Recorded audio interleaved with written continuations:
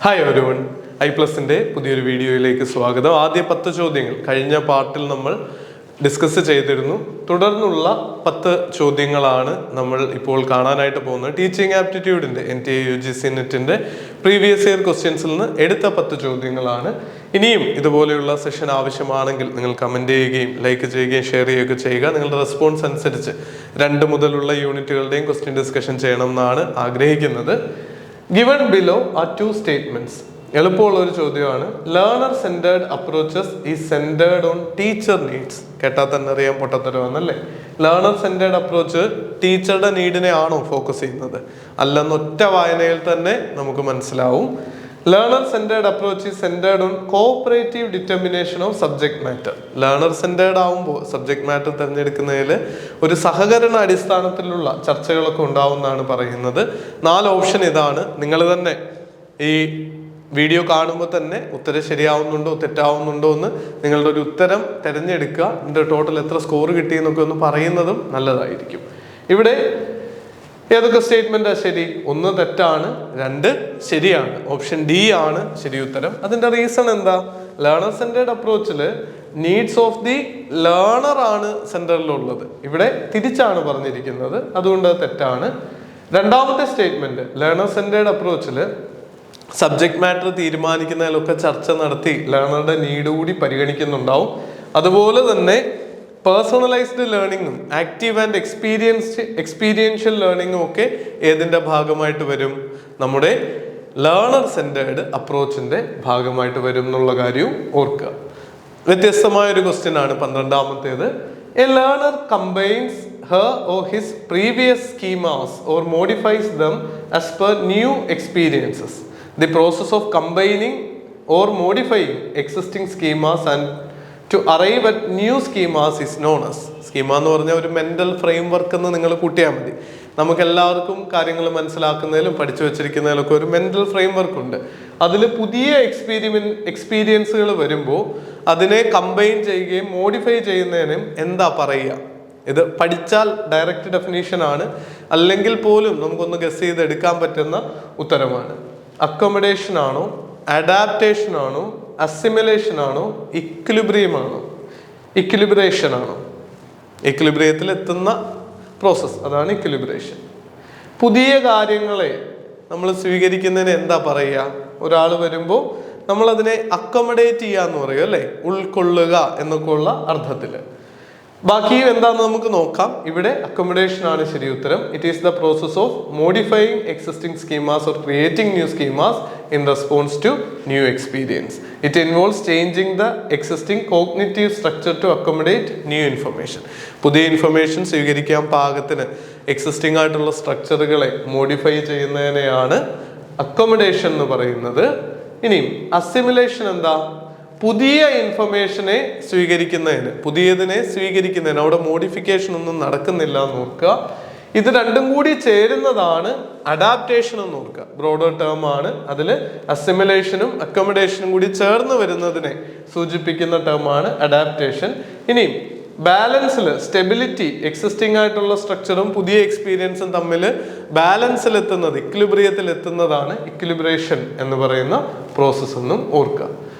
13ാമത്തെ ചോദ്യം, which of the following teaching models R types of information development model? പുതിയതായിട്ട് പഠിക്കേണ്ട ഒരു ഏരിയ തന്നെയാണിത്. ഇൻഫർമേഷൻ ഡെവലപ്മെന്റ് മോഡൽ ഒന്നും സിലബസിൽ എടുത്ത് പറഞ്ഞിട്ടില്ലെങ്കിൽ പോലും ഒരു ഫാക്ച്വലായിട്ട് ഇതിൽ 3 ഇൻഫർമേഷൻ ഡെവലപ്മെന്റ് മോഡലാണ്. നിങ്ങൾ BEd ഒക്കെ ചെയ്തവരാണെങ്കിൽ ഈ ഭാഗങ്ങളിലേക്ക് ഡെപ്തിൽ പഠിച്ചിട്ടുണ്ടാവും. അല്ലാത്തവർ ഇത് അറിഞ്ഞു വെക്കുക.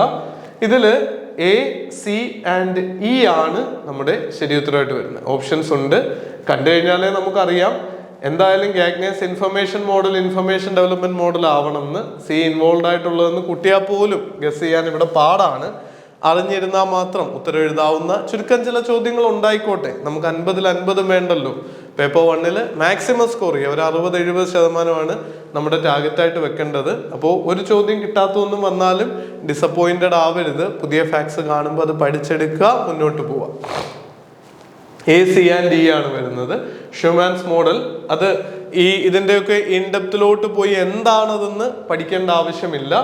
അതൊരു ടൈപ്പ് ഓഫ് ഇൻഫർമേഷൻ ഡെവലപ്മെന്റ് മോഡലാണ് model of instructional design that emphasise the integration of technology and media in education. ടെക്നോളജിയും മീഡിയയും ഒക്കെ ഉൾപ്പെടുത്തണം എന്ന് പറയുന്ന ഇൻഫർമേഷൻ ഡെവലപ്മെന്റ് മോഡലാണ് ഷൂമാൻസ് മോഡൽ എന്ന് പറയുന്നത്. It focus on creating interactive learning environment using various instructional strategies and multimedia resources. അടുത്തത് ഗാഗ്നേസ് ഇൻഫർമേഷൻ മോഡലാണ്. ഇതും ഒരു ഇൻഫർമേഷൻ ഡെവലപ്മെന്റ് മോഡലാണ്. ഇവിടെ it involves presenting information in a structured manner using various instruction strategies and incorporating elements such as attention, motivation and reinforcement to enhance learning.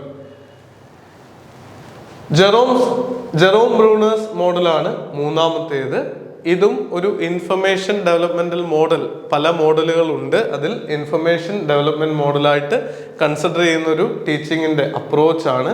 ഇവിടെ active ലേണിംഗും ഡിസ്കവറിയും കൺസ്ട്രക്റ്റിവിസവുമാണ് promote ചെയ്യുന്നത്. In-depth ആയിട്ട് ഓരോ മോഡലും എന്താണെന്ന് നിങ്ങൾ പഠിക്കേണ്ട. ഇൻഫർമേഷൻ ഡെവലപ്മെന്റ് മോഡലിന്റെ എക്സാമ്പിളുകൾ ഈ 3 ഉണ്ട് എന്ന് അറിഞ്ഞിരിക്കുക. മൂവ് ഓൺ ചെയ്യുക. 14 ഗിവൺ ബിലോ ആർ 2 സ്റ്റേറ്റ്മെന്റ്സ്. എളുപ്പമുള്ള ചോദ്യമാണ്. Open educational resources OER are the type of resources that are freely available for teachers and students to use, adopt, share and reuse. Open educational resource, open software ഒക്കെ നിങ്ങൾ കേട്ടിട്ടുണ്ട് അല്ലേ? അപ്പോൾ ഇത് statement 1 ശരിയാവാനാണ് സാധ്യത. അപ്പോൾ statement 2 OERs are the resources that can be used at any time, any place. Open ആണെന്ന് പറഞ്ഞാൽ തന്നെ അതാ, നമുക്ക് ഇഷ്ടമുള്ള പോലെ ഉപയോഗിക്കാം, ഇഷ്ടമുള്ള സമയത്ത് ഉപയോഗിക്കാം. ആ രീതിയിൽ നോക്കുമ്പോൾ ഇവിടെ ഏതൊക്കെയാണ് ശരിയായിട്ട് വരാൻ സാധ്യത?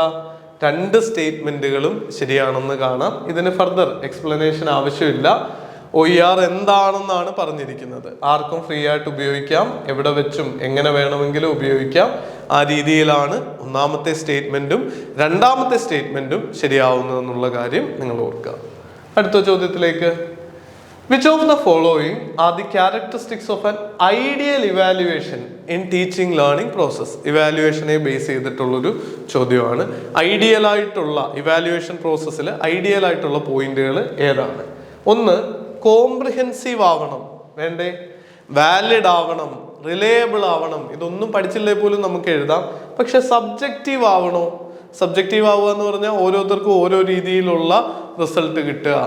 ഒബ്ജക്റ്റീവായി വിലയിരുത്തുന്നതിന് പകരം സബ്ജക്റ്റീവായിട്ട് വിലയിരുത്തണം ഇവാലുവേഷനിൽ. അപ്പോൾ D വരാൻ പാടില്ല, ബാക്കി വരണം. D വരാൻ പാടില്ല എന്ന് പറഞ്ഞാൽ തന്നെ നമുക്ക് ഓപ്ഷൻ B ആൻസർ ആയിട്ട് എടുക്കാം. A, B and C. Comprehensive ആവണം, വാലിഡ് ആവണം, റിലയബിൾ ആവണം. ശരി ഉത്തരം നമുക്ക് കിട്ടിക്കഴിഞ്ഞു. An ideal evaluation in teaching learning should possess the following characteristics. ഒന്നത് കോംപ്രിഹെൻസീവ് ആയിട്ട് മാറണം, റെലവൻ്റ് ആയിട്ട് ലേണിംഗ് പ്രോസസ്സിന്റെ റെലവൻ്റ് ആയിട്ടുള്ള എല്ലാ ആസ്പെക്റ്റിനെയും കവർ ചെയ്യണം. അതുപോലെ അത് വാലിഡ് ആവണം. കാര്യം അളക്കാൻ ഉദ്ദേശിക്കുന്ന, മെഷർ ചെയ്യാൻ ഉദ്ദേശിക്കുന്ന ലേണിംഗ് ഔട്ട്കമ്മിനെ കൃത്യമായിട്ട് മെഷർ ചെയ്യാൻ പറ്റണം.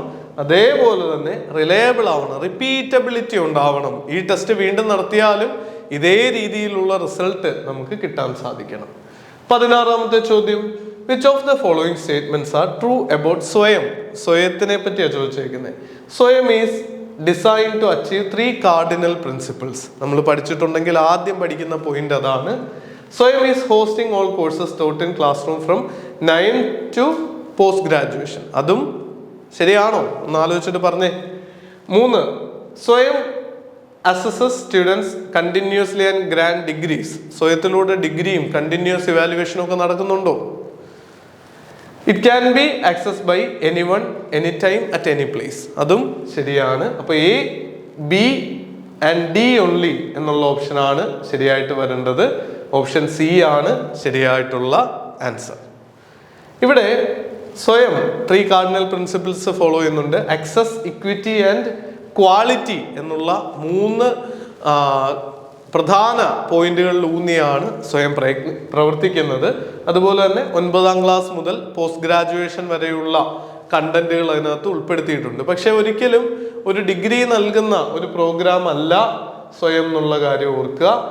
അത് കണ്ടിന്യൂസ് ആയിട്ടുള്ള ഇവാലുവേഷനും നടത്തുന്നില്ല. പക്ഷെ അത് ആർക്ക് വേണമെങ്കിലും can be accessed by anyone, anytime, at any place എന്നുള്ളതും ശരിയായിട്ടുള്ള സ്റ്റേറ്റ്മെന്റ് ആണ്. അടുത്ത ചോദ്യം നോക്കാം. 17. ഇതും വളരെ എളുപ്പമായിട്ടോ. സ്റ്റേറ്റ്മെന്റ് ടൈപ്പ് ഒക്കെ പാടാണെന്ന് നമ്മൾ അസ്യൂം ചെയ്യുന്നതാ പലപ്പോഴും. ഈ ചോദ്യം നോക്കിയേ. ഇൻ സിങ്ക്രണസ് കമ്മ്യൂണിക്കേഷൻ, സിങ്ക്രണസ് എന്ന് പറഞ്ഞാൽ ഒരേ സമയം നടക്കുന്നത്, interaction between teacher and student does not occur at same time എന്നാ പറയുന്നത്. ഇത് നേരെ തിരിച്ചാ. അടുത്തത് നോക്കി. In asynchronous communication, interaction between teacher and student occur at the same instant of time. നേരെ തിരിച്ചാണ് വരേണ്ടത്. അതുകൊണ്ട് തന്നെ നമുക്ക് എന്ത് പറയാൻ പറ്റും? രണ്ട് സ്റ്റേറ്റ്മെന്റുകളും ഇവിടെ ഫോൾസ് ആണെന്ന് നമുക്ക് കാണാൻ പറ്റും. ഫർദർ എക്സ്പ്ലനേഷൻ ആവശ്യമില്ലാത്തൊരു ചോദ്യമാണ്. സിങ്ക്രണസ് കമ്മ്യൂണിക്കേഷൻ എന്ന് പറഞ്ഞാൽ സെയിം ഇൻസ്റ്റൻസിൽ നടക്കുന്നതാ. ഇവിടെ അങ്ങനെ അല്ലെന്ന് പറയുന്നുണ്ട്. അസിങ്ക്രണസ് എന്ന് പറഞ്ഞാൽ സെയിം ഇൻസ്റ്റന്റിൽ നടക്കാത്തതാണ്. അപ്പോൾ രണ്ട് സ്റ്റേറ്റ്മെന്റും അങ്ങോട്ടും ഇങ്ങോട്ടും മാറിപ്പോയി. അതാണ് രണ്ടും തെറ്റിയത്. Which of the following statement best describes brainstorming method of teaching? വളരെ എളുപ്പമുള്ള ചോദ്യമാണ്. ബ്രെയിൻ സ്റ്റോമിംഗ് എന്ന് പറഞ്ഞാൽ ക്വാളിറ്റിയിലൊന്നും ഫോക്കസ് ചെയ്യാതെ ക്വാണ്ടിറ്റിയിൽ പരമാവധി ആശയങ്ങൾ എത്തിക്കുക എന്നുള്ളതിലാണ് ഫോക്കസ് ചെയ്യുന്നത്. അത് പറയുന്ന ഓപ്ഷൻ ഏതാ ഇവിടെ? ഓപ്ഷൻ എ ആണ്. Production of large number of ideas. ഇതിനും എക്സ്പ്ലനേഷൻ ആവശ്യമില്ല. ബ്രെയിൻ സ്റ്റോമിംഗ് എന്ന് പറഞ്ഞാൽ ഒരു സ്പെസിഫിക് പ്രോബ്ലം അല്ലെ ക്വസ്റ്റ്യൻ്റെ സൊല്യൂഷൻ കിട്ടാൻ വേണ്ടിയിട്ട് ക്രിയേറ്റീവ് ആൻഡ് ഫ്രീലി ആയിട്ട് തിങ്ക് ചെയ്ത് അതിൽ ഫീഡ്ബാക്ക് ഒന്നും കൊടുക്കുന്നില്ല, പരമാവധി ആശയങ്ങൾ ജനറേറ്റ് ചെയ്യാൻ വേണ്ടി മാത്രം നോക്കുക. അത് ഫീസിബിൾ ആണോ പ്രാക്ടിക്കൽ ആണോ എന്നൊന്നും നോക്കുന്നില്ല. അത്തരത്തിലുള്ള ഒരു മെത്തേഡാണ് ബ്രെയിൻ സ്റ്റോമിംഗ് എന്ന് പറയുന്നത്. ഇവിടെ അതിൻ്റെ ഡീറ്റെയിൽഡ് ആയിട്ടുള്ള കാര്യങ്ങൾ പറയുന്നുണ്ട്. ഹെസിറ്റേഷൻ ഒന്നും ഇല്ലാതെ, ജഡ്ജ്മെന്റ് ഒന്നും ഇല്ലാതെ വരുന്ന എത്ര ആശയങ്ങളുണ്ടോ അതെല്ലാം പറയാനുള്ള അവസരമാണ് നൽകുന്നത്. 19. Which of the following are the main characteristics of learner centred approach? നമ്മൾ മുമ്പ് കണ്ടതാണ്. റിജിഡ് കരിക്കുലം ഉണ്ടാവുമോ? ഇല്ല, അത് ടീച്ചർ സെന്റേർഡ് ആണ്. Cooperative determination of subject matter. കണ്ടോ, ചോദ്യങ്ങൾ റിപ്പീറ്റ് ചെയ്തില്ലെങ്കിൽ പോലും സെൻട്രൽ കോൺസെപ്റ്റ് റിപ്പീറ്റ് ചെയ്യുന്നത് നിങ്ങൾക്ക് മനസ്സിലാക്കാൻ സാധിക്കുന്നുണ്ടെന്ന് ഞാൻ കരുതുന്നു. ഇവിടെ നോക്കിയേ, മുൻപ് കണ്ട ചോദ്യത്തിലെ അതേ ആശയം അറിയാമെങ്കിൽ നമുക്ക് ബി ലേണർ സെന്റേർഡിൽ വരും എന്ന് മനസ്സിലാക്കാൻ പറ്റും. Mainly centred on teacher needs, അങ്ങനാണോ? ഒരിക്കലും അല്ല. ലേണർ സെന്റേർഡ് ആവുമ്പോൾ ലേണറിന്റെ നീഡിലാണ് ഫോക്കസ് ചെയ്യുന്നത്. എയും സിയും വരരുത്, ബി വരണം. It lays emphasis on variability of exposure, personalised നീഡ്സിനെ കാണുന്നുണ്ട്. അപ്പൊ ഡിയും വരേണ്ടതാണ്. ഇനി അത് അറിയില്ലെങ്കിൽ പോലും എ വരരുത്, സി വരരുത് എന്നറിഞ്ഞാൽ തന്നെ, ബി വരണം എന്നറിഞ്ഞാൽ തന്നെ ഓപ്ഷൻ സി നമുക്ക് സെലക്ട് ചെയ്യാം.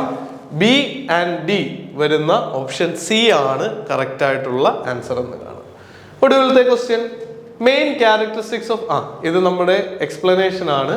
കോപ്പറേറ്റീവ് ഡിറ്റർമിനേഷനും എക്സ്പോഷർ വേരിയബിലിറ്റി ഒക്കെ ഉണ്ട് എന്നുള്ള കാര്യം നമുക്കറിയാം. ഒടുവിലത്തെ ചോദ്യം, the objective of memory level teaching is to develop rational and critical thinking. Critical thinking ഒക്കെ മെമ്മറി ലെവലിലാണോ വരുന്നത്? റോഡ് ലേണിംഗ്, കാണാപ്പാടം പഠിത്തമാണ് മെമ്മറി ലെവലിൽ. The objective of reflective level of teaching is the ability to develop independent thinking and decision making. അത് ശരിയായിട്ട് വരും അല്ലേ? അപ്പോൾ ഓപ്ഷൻ ഏതാന്ന് ലോക്ക് ചെയ്താട്ടെ. സ്റ്റേറ്റ്മെന്റ് 1 ഇവിടെ തെറ്റാണ്, സ്റ്റേറ്റ്മെന്റ് 2 ശരിയാണ്.